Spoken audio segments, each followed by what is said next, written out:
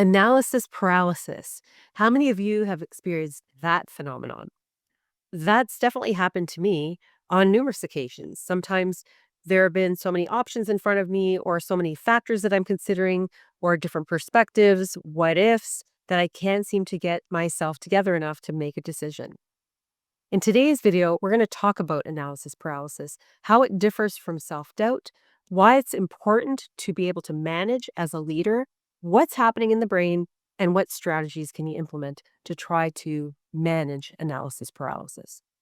My name is Dr. Nina Ahuja. My mission is to empower you with tools and strategies to help you respond and not react, especially when you're under pressure and the stakes are high, so that you can make decisions that not only help lead yourself, but also help others around you feel as though they are valued, seen, heard, and respected. Analysis paralysis.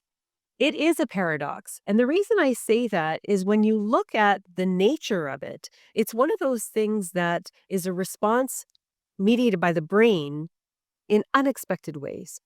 Before we get into that, let's look at self doubt. We've all had that feeling of not being sure if we said the right thing, did the right thing, wrote the email the right way. Did I have the right tone? Did I make the right decision? Should I have taken this job? Should I have applied to this program? Should I have taken this leadership role? We all have moments of self doubt, and it's actually a healthy thing. Self doubt is really centers of our brain looking at making sure that what we're doing is safe. That is very important. And it's actually along the spectrum leading up to analysis paralysis. Asking ourselves questions is always good. It's a way to make sure we've considered all factors, all perspectives, all things that impact whatever decision that it is we're about to make. The problem gets to be, though, is when you get into this cycle that you can't pull out of. And so that leads you to inaction. That is the differentiator between self doubt and analysis paralysis. It's not just about asking yourself questions, it's about asking yourself questions and questioning what you're thinking to the degree which you cannot make a decision. You cannot act. There is a definite component of inaction. So, what's happening in those scenarios and how is that impacting your leadership? When you question yourself constantly, whether publicly to your team around you or even internally, it has an impact whereby the people around you aren't sure if they can trust the decisions that you're making. Now, I'm not saying don't express being unsure about something. I think that that authenticity element of leadership is very important so that team members know that this is what we're going to do. This is where it may be challenged and we need to be ready to face that. In all likelihood, this should work. There's a possibility it won't. We're making the best decision with the information we have on the table now, and so we're moving forward. That degree of transparency helps breed trust. But on the other hand, if you're talking about a scenario or a decision with your team members and you're thinking, well, I don't know if I know enough. I'm not sure that I'll be able to handle the challenges that come about. I don't know how to support you guys on my team. I really don't know if this is even going to work. Like, I'm not even sure. Is this the right way to go? I I don't really know. As a leader, that does not instill confidence. And so you need to recognize, and it's important to internalize that your team members are looking to you for direction. That's why you are the leader. Now, in their own realms and in their own circles, they're leaders too. What they do impacts people around them. I've talked about the ripple effect in a different video and the impact that we all have in our world as individuals and as units within families and teams and organizations and everything else. But as a leader, as a designated, identified leader for an initiative, a team, an organization, or a system, you're the one people are looking to for the direction, the clarity, the strategy, the roadmap to get to where you want to go. So if you're in self doubt, that can undermine confidence. If you get into analysis paralysis, where that process doesn't get to a decision, that lack of decision is a decision of sorts. It's a decision that doesn't get anybody anywhere. And again, that doesn't help foster trust and support and buy in and confidence in your leadership, which is extremely important, as we know, in leadership. So, what's happening at the brain level to help us understand how we can regulate these responses so that we don't get caught up in self doubt to a degree that it puts us into analysis paralysis and undermines what it is we're trying to accomplish as a leader? Self doubt is really an internal safety check.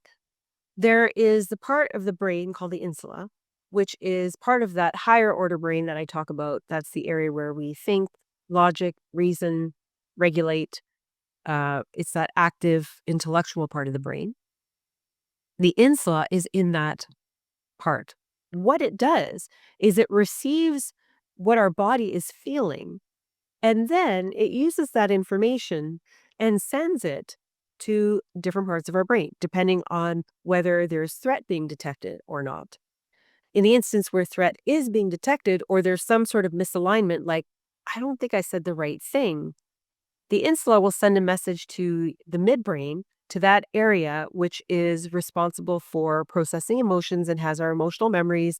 And that area specifically, which detects threat and protects us and is there for our survival. It'll then reach into some of the emotional memory sections of the brain in that midbrain section again and say, hmm, are my spidey senses lining up here? Like, is this a real problem or is this just something that's new and I'm uncomfortable with it, so it feels weird? Could be it, simple as that. So it's kind of like an internal safety check. That's the self-doubt part of it. What happens in analysis paralysis, though, is the self-doubt gets trapped in the threat detection center or our protection survival center of our brain, linked to a feeling of fear. I'm not sure I'm going to do the right thing. I think I'm going to make a big mistake. What are people going to think about me if I make the wrong decision? And what that does is that triggers the lower part of the brain, which is responsible for what happens in the rest of our body through the messages that the lower brain gets from the higher and the midbrain. There, we have the sympathetic nervous system, which is like pressing on the accelerator if you're driving a car. And then you got your parasympathetic nervous system, which is like stepping on the brake to slow things down when you're driving a car. Fear typically is like triggers stepping on the accelerator. When we are able to pull ourselves out of fear, and that is originating from emotion, and this is the key, by accessing the higher centers of our brain, by engaging logic, like I've talked about in other videos, that actually helps override the accelerator to drive the brakes. So I will say that again. When we have a spidey sense being noted, goes to our protection center, and it says, okay, this may not be safe. It evokes fear. It presses on the gas. If we have spidey senses, comes to the protection survival center, no, things are okay here. This is nothing to be worried about. Things are safe. It'll often press on the brakes. What happens in analysis paralysis is that you have your spidey senses, it goes to the protection threat detection center. It thinks, I'm afraid I'm going to make the wrong decision and I'm going to look like an idiot. People are going to think I'm incompetent and that's going to be horrible for me and it's going to ruin my reputation and I can't make the wrong decision because I could really hurt people, and so on and so on and so on. It presses on the accelerator. But the interesting thing there is it doesn't put us to fight or flight where we mobilize and leave. Analysis paralysis is sort of an offline type of response where it takes you back to your higher brain and says, we really need to think this through. You think this through again and again. And what about this? What about that? What if this happens? What if that happens? What about this scenario? What about that scenario?